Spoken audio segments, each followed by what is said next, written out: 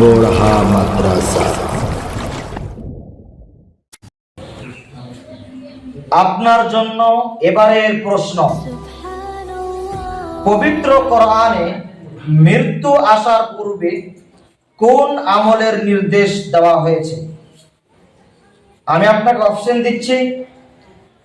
Option A, সালাত বা নামাজ আদায় করা। অপশন বি, হজ করা।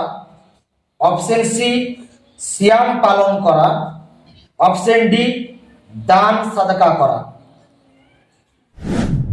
কোনটি কোরআনে নির্দেশ দেওয়া হয়েছে যখন মানুষের মওত আসবে তার পূর্বে কোন জিনিসের অনুমতি দেওয়া হয়েছে?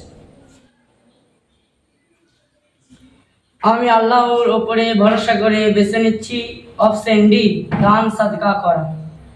অপশন ডি, দান সাদাকা করা।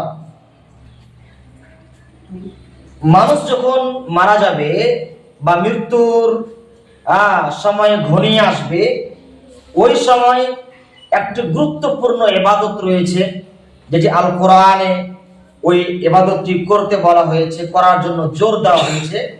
সেটি হলো আপনার উত্তর অনুযায়ী দান সাদকা করা। আপনি যে উত্তরটি দিয়েছেন, আমি দেখতে পাচ্ছি আপনার উত্তরটি সঠিক হয়েছে। মাশাআল্লাহ, খুব সুন্দর।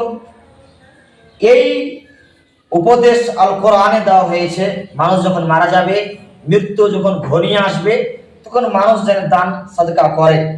খুব সুন্দর, খুব চমৎকার ভাবে উত্তর দেওয়া হয়েছে। আমরা যেন মৃত্যুর পূর্বে দান সাদকা করতে পারি।